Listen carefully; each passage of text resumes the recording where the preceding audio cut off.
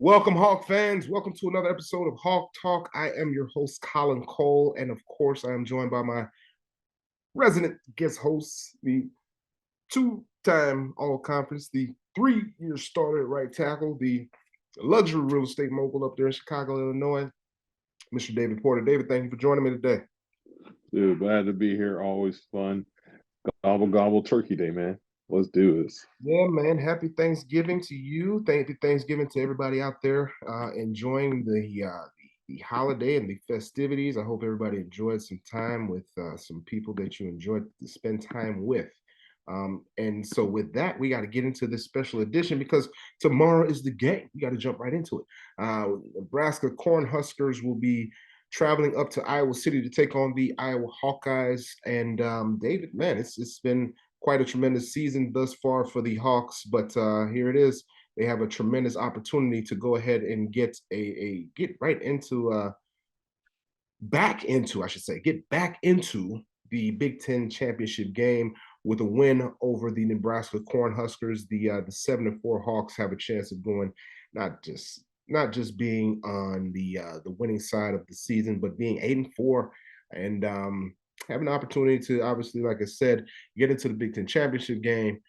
Also, obviously, sights set on what bowl season has to offer for them. But before we get into any of that, David, got to take on these Nebraska Cornhuskers, who these same Iowa Hawkeyes have won 8 straight against. And so at this point, these guys are playing for postseason accolades. But Nebraska Cornhuskers, I watched some film on these guys, and they are not a three. They don't play like a 3-8 outfit. They play like a team that has done some pretty good damage this season. Obviously, they suffered the loss of their head coach Scott Frost at the beginning of the season, who was fired because of how the season had gone. We talked about this earlier in the season when we talked about Wisconsin, or was it Northwest? One of those teams. The team that they played first to open up the season, it was Northwestern. They traveled over to I want to say Dublin, Ireland, to play that game, and they had a chance to win that game against the Northwestern Wildcats, and unfortunately, Northwestern came back in the waning seconds of that game to claim that victory. But this Wisconsin outfit has played well throughout the season, and it doesn't reflect this 3-8 mark, man. What do you see from this team offensively? First of all, when we talk about looking at them, they don't have tremendous stats in terms of what they're putting up. Let me reframe that. I'm sorry. Let me reframe that. They do have tremendous stats. However, they don't have it on the field. Casey Thompson, quarterback, he has thrown 153 completions for 244 attempts and 2,129 passing yards. He has 14 touchdowns, but he has also thrown 10 interceptions. Chuba Purdy has come in to relieve him. He's thrown 22, so he's thrown 47 passes. He's completed 22 of them. He's thrown 0 touchdowns, but thrown 3 interceptions. So they've had a little bit of both guys. But I've seen more of Casey Thompson. He's more of a runner. He's done a tremendous job throughout the season of keeping. I'm wrong about that. I'm not wrong about that. I thought it was. It's Chuba Purdy who's the guy that's the runner. He's carried the ball 24 times for 73 yards and 2 touchdowns. So not necessarily Casey Thompson, who was the starting quarterback, but Chuba Purdy, who's come in and relieved him and played in some meaningful snaps in some meaningful games. Had some carries and had some touchdowns and success. But for the most part, Casey Thompson is going to be the one taking the snaps. He's going to be the one tossing the ball around, and it's going to be the first one for the Huskers. So what have you seen from this offense, and what is going to be some of the main things that the Hawks got to focus in on and taking away? So the main thing I saw from this offense, and I watched them play Minnesota. I watched the Nebraska Minnesota game. They can really run the ball effectively. That offensive line they have, they're big. They can actually pass protect pretty well too. They move their feet, which I really like to see those big guys be able to do that. But the main thing is they can run the ball. I think one of the first plays they had offensively was a run, and it was actually between the tackles. The guy broke for 35 yards. He made a guy miss in the hole. They made a cut to the left. Hey, he's out 35 yards. After what we saw against Minnesota with that run, that's one of the things we talked about in the last episode about how we have to shore that up. that this is going to be a pretty good test. Like you said, the Nebraska's 3-8 record is not really representative of the kind of team that they are. They've had some close games. They've had some really tough losses, and they've faced some adversity this year. So, as you know, losing your head coach is a big deal. So these guys are not quite what the record represents, but they're still a team. I think, especially on the offense side, compared to our defense. Um, I don't see where they really come out of this thing with a victory at all. My goodness. I mean, our defense is the best. Mm. Well, it is interesting, bro, because obviously they have to find themselves. And Scott Frost being fired after that Georgia Southern game, which they lost 45-42, definitely put their season in a tailspin. However, they got wins against. They got a 1 point win against Rutgers. They also have a win against who else did they beat this season in the Big Ten? They didn't really beat anybody other than Rutgers in the Big Ten, and then they beat North Dakota State as well as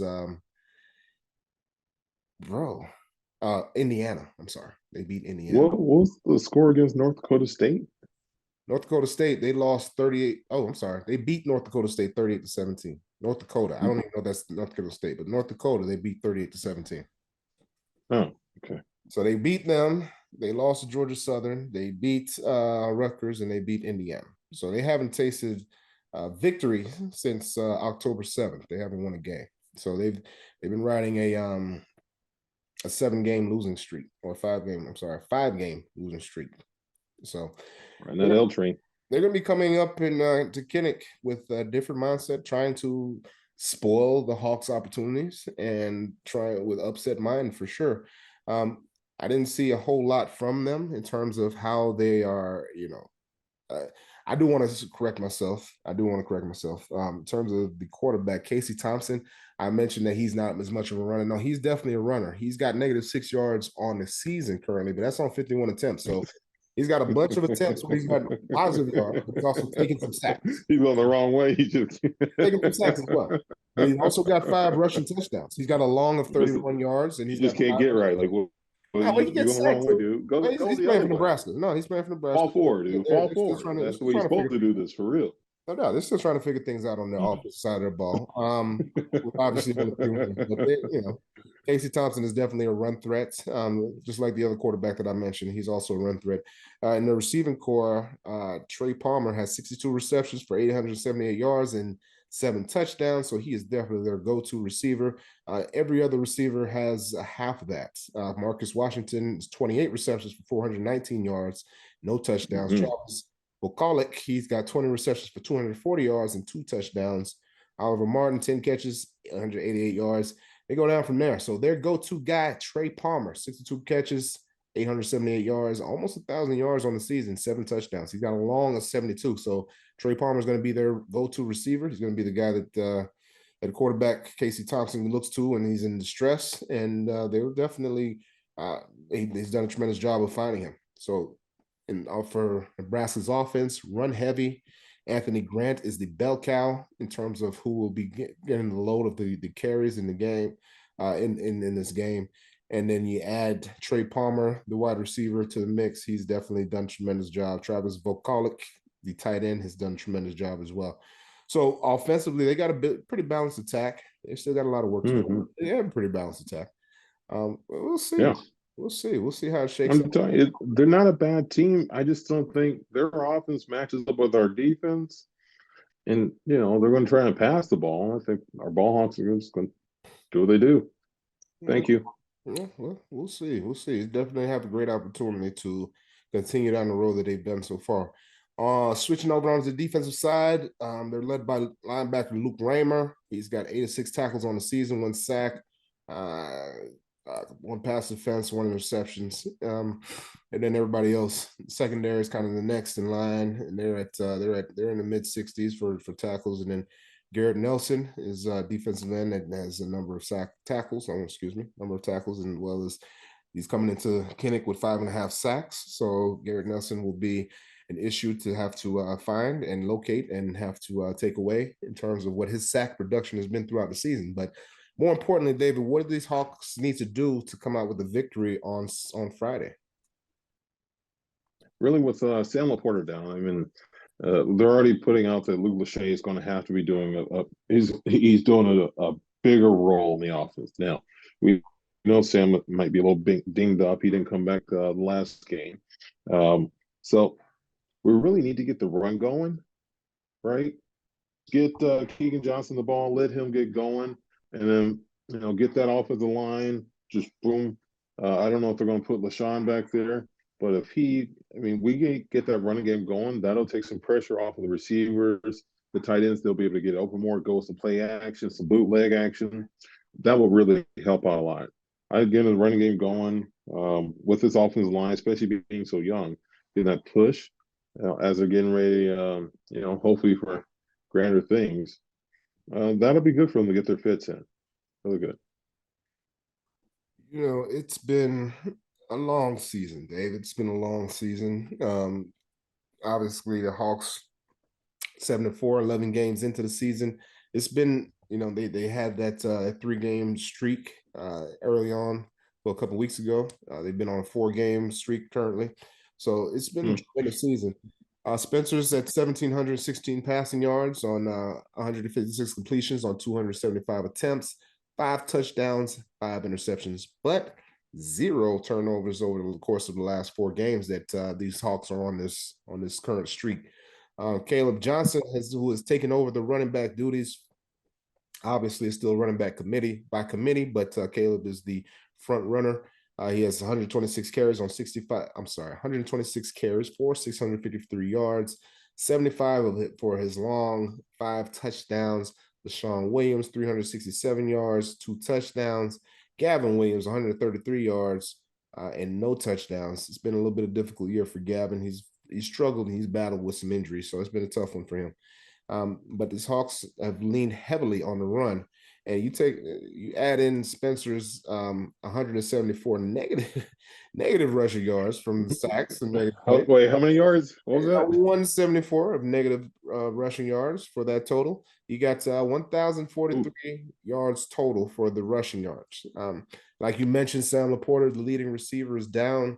The next guy in line in terms of receptions is Nico Reganey with 25 and 305 receiving yards.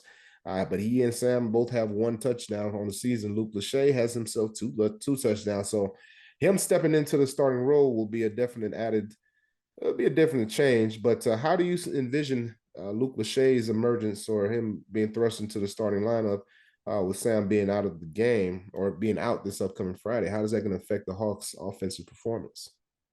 Actually, I expect Luke to rise to the opportunity. Really, I do. He has the body type that's more traditional of a tight end. He's a lot looser on his hips. So, he's able to run just as good of, if not better routes than Sam. He is young. I'm pretty sure he's going to rise to the occasion. I'm excited to see what he does out there. I really do. Sam is phenomenal as a tight end. We're tight end you for a reason. Mm-hmm. So, Sam is 6'4", 249 pounds, and he is a senior, as you already know. Luke Lachey is actually a sophomore, and he is 6'6", 252 pounds. So, slightly different body build, a little bit bigger guy in Luke Lachey. So, it'd be an opportunity for him to step into the role, take over that spot for this weekend, and show, obviously, show these Hawkeye coaches, show Abdul Hajj, the tight ends coach, what he can do as a starter and see if he can't keep himself in their starting role. Or, obviously when Sam comes back, he's obviously get put back in that position. But obviously moving forward and what next season holds for Luke, obviously gets his opportunity to really get himself in proper position right now with this upcoming game against Nebraska. And then still got the Big Ten championship game. They go ahead and pull out this win. Let's jump into, man. I mean, we talked about a couple of weeks ago. We were sitting here thinking that these Hawks were dead in the water, not really knowing if they were even going to be able to make it to a bowl game. And then 4-game win streak, and now they are in position, obviously, to go ahead and supplant themselves in the Big Ten West title run and represent the West. So the miraculous turn has really transformed. David, what was the biggest part of this Hawkeye offense in terms of getting themselves back on track and getting themselves in position to be able to be a force, over the course of these last 4 games, going into this Nebraska game and heading down the wire? Well, it just so the beginning of the season, they get like we played against different caliber talents. I'm going to put it out there. Michigan and Ohio State, they're different. They're different kind of players out there. Illinois, they came in. We went there, and at that time, Illinois was on a good run, and they're really doing some great things over there. Iowa State, that loss was really tough. Great opportunity to make a statement and go there. That fumble, really, that hurt. We've had our opportunities there. As the season has gone on, when we start to see the wins that we've gotten with this team, it's one of those things where you start to look at who we're playing against. It's like, we talked about Northwestern. We did. I'm like, cool. That's going to be a good game for them to go in there and get their confidence up. That's what we talked about. They also played Purdue. They beat Purdue at They beat Purdue. Yep. At Purdue. Then they won at home against Wisconsin, and they won in Minnesota. Yeah. Mm-hmm. Yeah, they've got the confidence, and then they started to actually pick up the steam. And the confidence built into guys actually doing and being where they're supposed to be on offense. The timing started to get better. Confidence comes from guys knowing what the heck they're supposed to do. The guys, when they first came in, they didn't know what they're going to do. They didn't even know what the heck they were doing. We had offensive coordinator, also the quarterback's coach, and he's never been a quarterback's coach. That's kind of an issue. So he's learning on the job. It is what it is. That's what he did. That's what happened. So I'm imagining things got better incrementally on offense. It's like, hey, the more things got better, stop making those old mistakes. Ta-da, we're performing better. It's kind of how it goes. They got more confidence. The guys know that they know what they're doing, which is a big deal, especially as the offensive line started to get better. You see the offensive line, the number of sacks that have actually happened for Spencer, right? They've actually gone down per game. The last game against Minnesota was 1 sack, and that was because Spencer missed the blitzer coming from the right. That's on him. That's really on him. So that O-line, in my mind, didn't give up a sack that game. So that maturation for those guys is a big deal. You're talking about the offense coming together, it's the way the O-line goes. Anyone who plays on offense knows it. The O-line is the way it goes. And this O-line has gotten better. Yes, we've talked a lot about this offensive line's growth and how it would catapult this team, and this team's growth would I shouldn't say obviously, but this team's growth would be more dictated along the lines of what this offensive line was capable of doing and how it was able to grow, and has done a tremendous job throughout the season.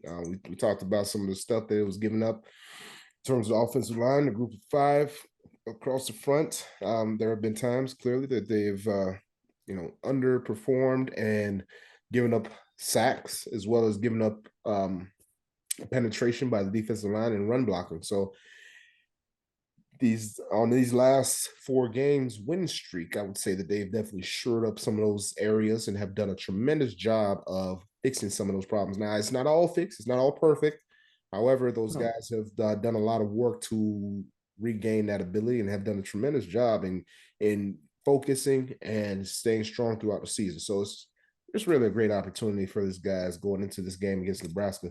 Final thoughts, David, and your score for Friday. Wow. Final thoughts. Overall for Iowa, I'm actually very happy for the kids that they've grown up throughout this whole process, throughout the season. The defense and the special teams continue to be special. I think that's going to be a theme here. We'll start calling that defense the wall. Holy smokes! Um, but if we don't get that running game going and get it going early, this could be a really long day. And like I said, these guys aren't. Um, their record isn't really indicative of the team that they really are. So we still have to go in there and take care of business. But if we don't, there's a good chance. There is a chance that these guys could do something and maybe come out with a victory. God, it even hurt me to say it. So, yeah, we go out there and take care of business. We're good to go. I still think God, I almost want to say 10-17. 10-17 Hawks. 10-17 Hawks. Maybe 24. Mm. I would say that much along the lines of what you're already talking about, it really comes down to how we continue to play in the trenches. And I've talked about this every week for the last couple of weeks. Trench play on both sides of the ball is always the biggest key for me. When you still have an offense that ranks near the bottom or at the bottom of the barrel, or I should say bottom of the league in terms of offensive statistics in most of the major categories, this offense still ranks near the bottom, but they dug themselves a pretty big hole throughout the course of the season. So it's been tough for them to dig out of that. But this defense has to be able to do what it's done all season, really control the line of scrimmage, create opportunities for turnovers, and really make the opposing offense uncomfortable, make the opposing quarterbacks uncomfortable. That's going to be one key in terms of the both sides of the ball up front and defense creating a tough day for the Cornhuskers. And then who steps in terms of who is really going to be the next go-to guy. Sam Laporta has been Spencer Petrus's safety blanket all season. He's been really comfortable with Sam Laporta all season. Now, Sam Laporta is not going to be out there on Friday. Who's going to make the man to step in? I mean, the obvious choice is a Luke Lachey. However, we don't know. We don't know. We'll see. Luke Lachey has more touchdowns than Sam Laporta does, but he's still a sophomore, still a young pup, and still has to grow into the position. But we'll see. I want to see who Spencer Petrus finds as his next go-to guy, or if he's able to spread the ball around more now that Sam is not going to be in the game on Friday. Those two things are what I look forward to seeing. And with what I've seen from both teams, from the Hawks and from the Cornhuskers, I'm gonna go ahead and say 24-7. I feel like this defense has done a job all season of really taking away the opposing offenses, what they really want to do. When was the last time an opponent? It might have been Ohio State was the last opponent to score over 10 points on these guys. So I really like the idea of them being able to continue that trend against a team that's really still trying to find themselves. They're not dead last in the Big Ten, but they're not far from the bottom of the Big Ten in terms of offense. So this group coming into Kinnick on Friday is not the Nebraska Cornhuskers that you and I grew up watching. It's not the same group. No, It's a group that's trying to find themselves. And if the Hawkeyes do what they've done throughout the season, particularly on defense, I don't see this Cornhusker team being able to move the ball on them or score points. So nope. I feel like 24-7 is being generous, but I do feel like that Cornhusker offense, led by the quarterback, has been it's been pretty good. Casey Thompson has been pretty good, so we'll see. He's got 2,100 passing yards this season. I want to see him trying to run on our defense. I want to see that. That's gonna be fun. Well, everybody likes to try to do things. I understand becomes a that. different scenario. It's just like Mike Tyson said, everybody has a plan until they get punched in the face. You know what I'm saying? So we'll see. We'll see what happens. But no, man, it's going to be a great time. It's going to be a good game Friday at 4 p.m. Eastern time over there at Kinnick Stadium on Duke Slater Field. It's going to be a good time. So looking forward to it, and looking forward to a Hawks really continue to grow and put themselves in a good position going into Indy, because again, we know they win this game, this would be back-to-back seasons is which Kirk Ferris will have gone to the Big Ten title game representing the West. So it's a great opportunity, and looking forward to seeing how these guys play it out. They definitely salvaged the season. They did more than salvage the season. They put themselves in the best opportunity to win, and I'm looking forward to this game on Friday. So for David Porter, I'm Colin Cole. Thank you guys for joining us on Hawk Talk. Really hope you guys can join, subscribe, click all that good stuff. Again, appreciate you all. God bless and go Hawks. Go Hawks.